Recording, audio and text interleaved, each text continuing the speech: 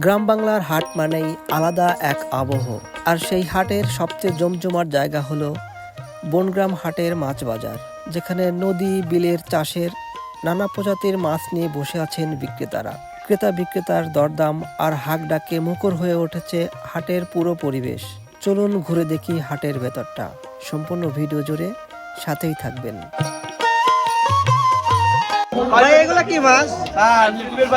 কাকলে মাছ কত করে কেজি বিক্রি করতেছেন? 700। বিলের নাকি ভাই? নদী। কোন নদী?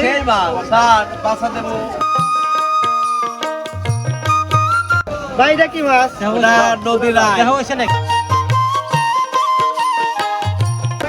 কাকা এটা কত করে কেজি লাগছে? এটা 300 টাকা কেজি।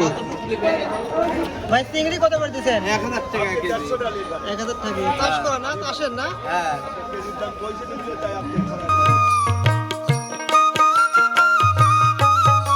ভাই বাইম কোনটা কত করে কেজি? আমি এটি 1000 টাকা কেজি, এটি 1200 টাকা কেজি। আর এটি হচ্ছে 1000 টাকা। এটার ওজন কি রকম হবে বড়টার? বড়টার ওজন হবে হাফ কেজি থেকে 400 গ্রাম থেকে হাফ কেজি।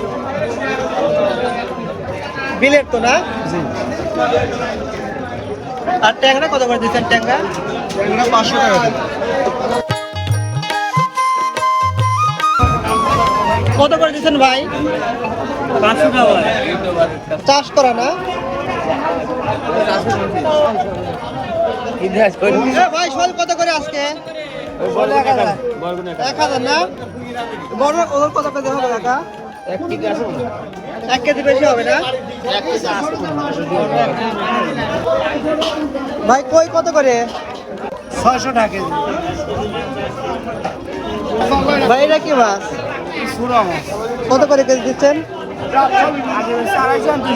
220 টাকা করে না? 300 টাকা কেজি।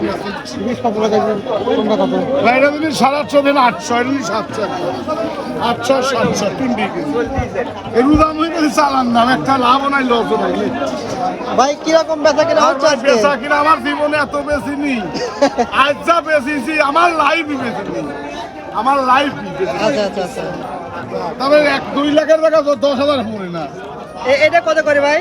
এটা 800 টাকা কেজি। 800 3 কেজি বলছালের মাছ।